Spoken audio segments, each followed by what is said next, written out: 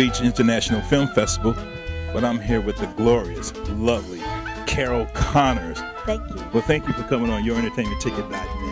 I'm thrilled. I love the look with the glasses, the whole look, very rock and roll, very. Thank you very much. You're Academy Award winner. You won Academy Award for writing song. We're here for this movie, Courting Condi. How did you get involved with this movie?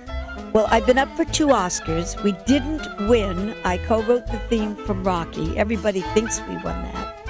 And I wrote all the music and lyrics to Walt Disney's The Rescuers. All right. So,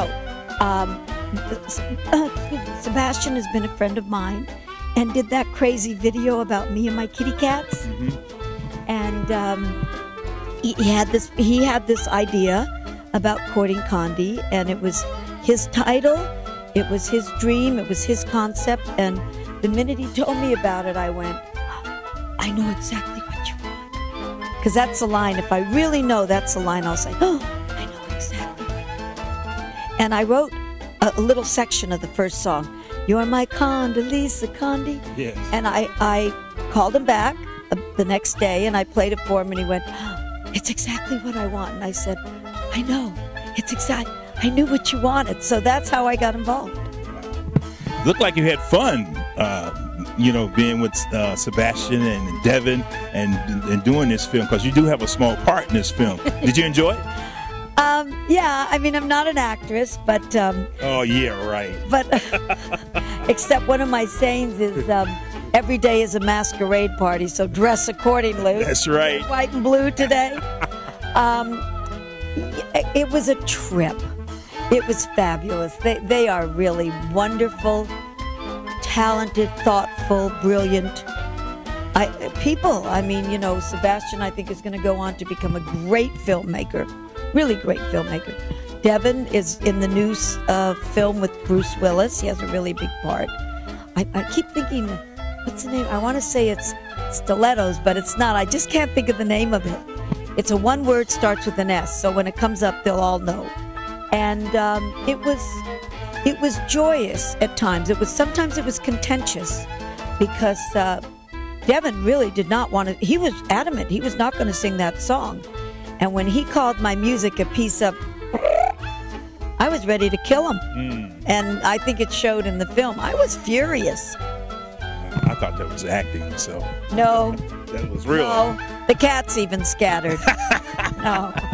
Well, you don't have a luxurious career in the music business. I mean, you had Phil Specter as one of your producers. You hung out with Sammy Davis Jr. and one of your first boyfriend was Elvis Presley. Yeah. Tell us a little bit about that. Elvis was, I think that when he was alive, he was very underrated.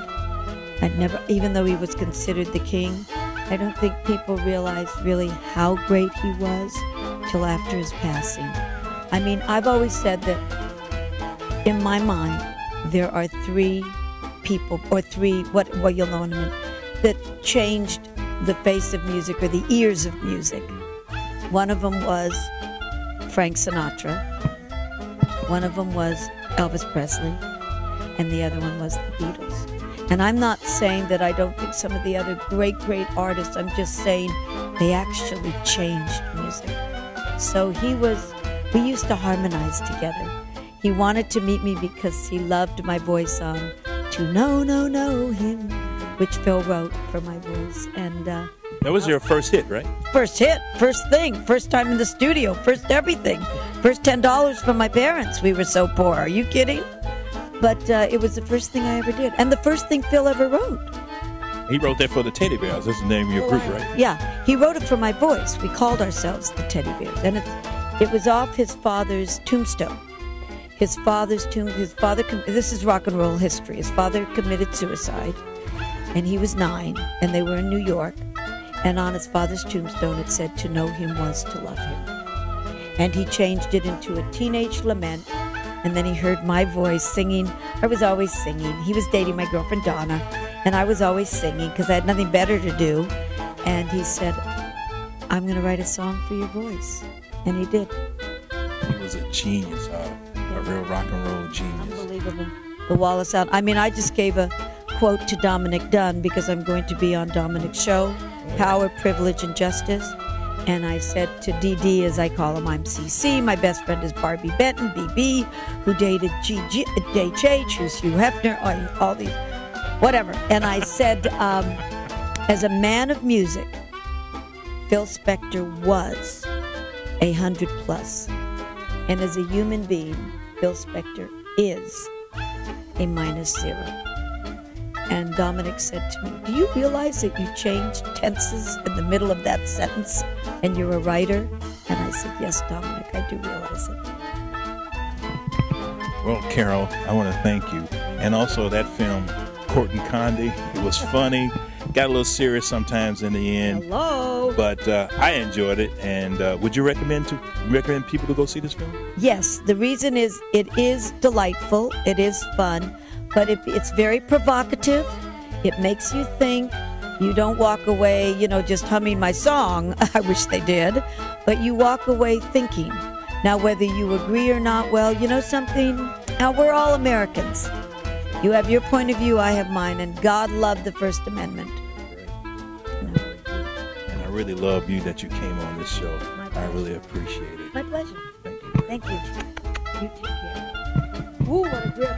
And Hold Me Gee with the beautiful Carol Connors. I'm so fortunate. Get out of here.